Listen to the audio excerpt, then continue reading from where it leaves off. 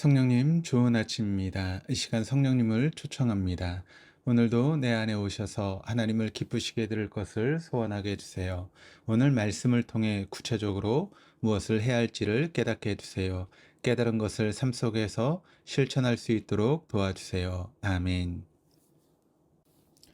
오늘 함께 나누실 하나님 말씀은 누가복음 8장 40절에서 56절까지의 말씀입니다.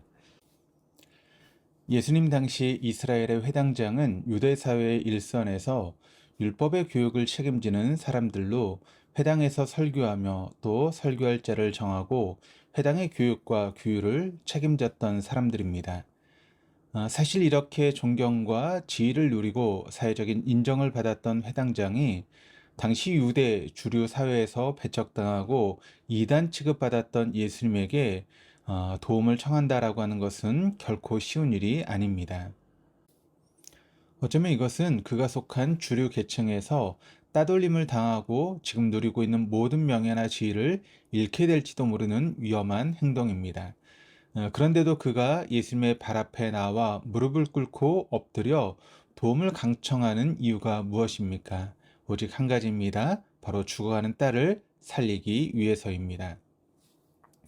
회당장인 야이로라는 사람이 와서 예수의 발 앞에 엎드려 자기 집에 오시기를 간구하니 이는 자기에게 12살 된 외딸이 있어 죽어 가밀어라.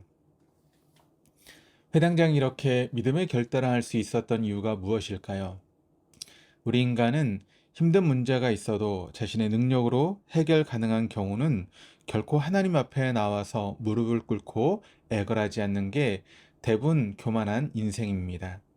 본문의 회당장도 보통 때 같으면 회당장의 위엄을 내세워서 예수님 앞에서 무릎을 꿇고 간구할 만한 사람이 아니었을 것입니다. 그러나 지금은 하나밖에 없는 외동딸이 죽어가고 있습니다. 그래서 그는 예수의 발 앞에 나와서 엎드려 간구합니다. 그렇습니다. 타락한 인생은 이렇듯 절박한 상황에 부딪혀야만 비로소 하나님의 아들 앞에 무릎을 꿇는 것 같습니다. 회당장 야이로에게 사랑하는 딸로 말미암은 절박한 고통이 없었다면 그가 예수님 앞에 나왔을까요? 우리 중에서도 고통받지 않았다면, 아픈 인생의 역경이 없었다라면, 그 기가 막힌 비바람과 폭풍우가 없었다라면 예수님 앞에 나오지 않았을 사람들이 많이 있을 것입니다. 그래서 옛날 청교도인들은 고통과 역경을 가르쳐서 변장된 축복이라고 부르지 않았습니까? 이 고통이, 이 역경이 우리를 하나님 앞에서 항복하고 겸손하게 만드는 것입니다. 야이로는 자신의 신분이나 체면이나 명예를 생각하지 않고 있습니다. 자신에게 올지도 모르는 불이익을 두려워하지 않고 있습니다. 오직 한 가지 사랑하는 딸의 고침을 위해서 소리치면서 부르짖고 있습니다. 주님, 제발 제 딸을 살려주십시오. 제발 우리 집에 오셔서 딸을 만지시고 살려주십시오. 그가 이렇게 모든 체면과 신분과 자존심을 버리고 주님 앞에 나와 엎드릴 때 그 앞에 새로운 가능성이 보이고 희망의 문이 열리기 시작합니다. 42절 말씀을 보시면 예수께서 가실 때라고 되어 있습니다. 무슨 말입니까? 주님이 일어나 회당장과 함께 문제가 있는 그 집으로 가고 있습니다. 부활의 주님이 문제의 현장으로 가고 계십니다. 생명의 주님이 죽음의 현장으로 가고 계십니다. 능력의 주님이 나의 절망과 또 고통의 현장으로 가고 계십니다. 은혜의 주님이 내 인생의 가장 심각한 갈등의 현장으로 나와 더불어 가고 계십니다. 주님이 내 문제의 현장으로 가신다면 문제는 끝난 것이 아닙니까? 주님이 나의 절망의 현장으로 나와 더불어 가고 계시다면 더 이상 그 절망은 절망이 아니지 않습니까? 주님이 내 죽음의 현장으로 나와 더불어 가고 있다면 그 죽음은 더 이상 죽음이 아니지 않습니까? 오늘 그 놀라운 은혜를 위해 자신의 문제를 주님 앞에 내어놓고 겸손하게 그분의 발 앞에 엎드려 간구하시는 믿음이 있기를 주님의 이름으로 축원합니다. 그런데 주님과 더불어 가는 그 소망의 길에 예기치 않은 일이 발생합니다. 바로 12해 동안 혈류증을 앓았던 여인의 출현입니다.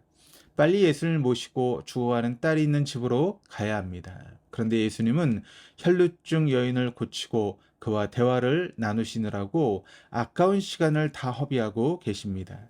지금 해당장에 따른 목숨이 경각에 달려있는 아니요, 혈류증 여인은 이미 12년째 그 병을 앓아온 만성 질환자입니다.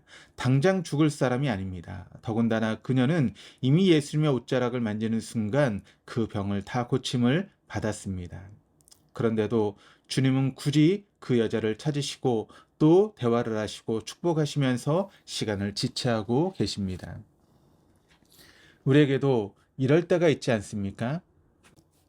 오랫동안 망설여 주님 앞에 나아가 간구했습니다. 그리고 주님이 내 기도를 들으시고 내 문제에 개입하셔서 절망의 끝이 보이고 희망의 시작이 보입니다. 모든 문제가 해결될 것 같습니다. 이대로 가면 모든 것이 순조로울 것 같은데 갑자기 주님께서 가던 길을 멈추시고 모든 것을 스톱하시는 것 같은 순간이 있습니다. 바로 이 순간이 믿음으로 주님 앞에 나아가 기도하는 사람들에게 있어 가장 힘든 순간입니다. 더구나 그때 들려오는 소식이 무엇입니까? 오늘 본문 49절 말씀을 보시면 아직 말씀하실 때 회당장의 집에서 사람이 와서 말하되 당신의 딸이 죽었나이다. 선생님을 더 괴롭게 하지 마소서.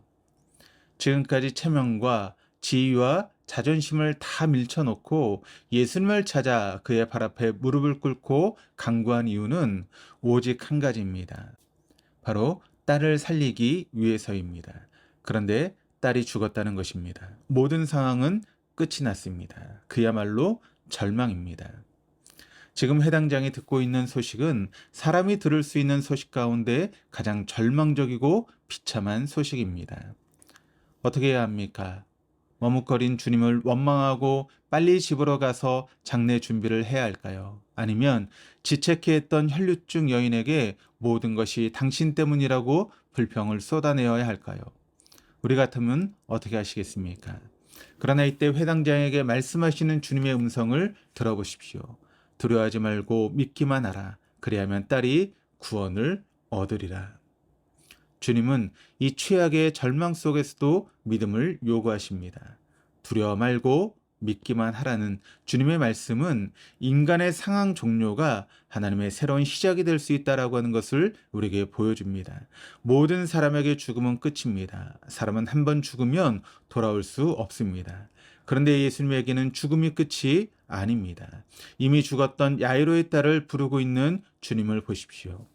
오늘 본문 52절입니다. 모든 사람이 아이를 위하여 울며 통곡하매 예수께서 이르시되 울지 말라. 죽은 것이 아니라 잔다 하시니. 예수님 마치 자고 있는 아이를 깨우는 것처럼 죽었던 아이를 죽음에서 깨우고 있습니다. 예수님이 가시던 걸음을 멈추시고 딸의 죽음을 허락하시는 엄청난 믿음의 시련을 허락하신 이유는 우리가 생각할 수 있는 그 어떤 은혜보다 더 큰 은혜를 주시기 위해서입니다. 더 큰 복을 주시며 더 큰 영광을 체험하게 하시기로 작정하시기 때문에 때때로 응답의 진행을 멈추고 이런 믿음의 시련을 우리에게 허락하시는 것입니다. 그 시련을 통하여 예전에 우리가 상상하지도 못한 하나님의 세계가 있다는 것을, 과거에 우리가 꿈도 꾸지 못했던 하나님의 능력이 있다는 것을 깨닫게 해주기 위해서입니다. 그렇습니다. 우리도 믿음의 길을 가다가 시련을 당할 수 있습니다. 이제 상황 끝이라는 생각과 더불어 좌절되고 원망이 터져 나올 때도 있을 것입니다. 내가 기도하는 대로 주님이 응답하시지 않을 때 바로 그때 주님을 더 신뢰해 보십시오. 반드시 주님의 영광을 보게 될 것입니다. 하나님이 지금도 가시던 길을 멈추어 우리를 위기의 순간 속으로 밀어넣으시곤 하십니다. 주님이 사랑하시는 백성들에게는 반드시 믿음의 시련이 있습니다. 죽음 같은 절망이 있고 사망 같은 가뭄이 있고 내 뜻과 다른 하나님의 인도가 나를 실망하게 하는 일도 있습니다.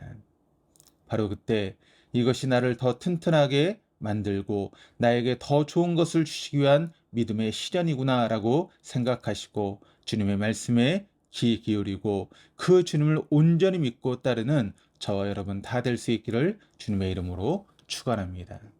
기도하시겠습니다. 자비하신 하나님, 주님의 발 앞에 엎드립니다. 내가 가진 체면과 소유와 명예도 함께 내려놓습니다. 사랑으로 동행해 주십시오. 내 계획대로 되지 않고 기도가 응답되지 않아도 두려워 주저하지 않고 주님의 약속을 믿고 갈 수 있도록 인도하여 주옵소서. 감사드리며 예수 그리스도 이름으로 기도드립니다. 아멘.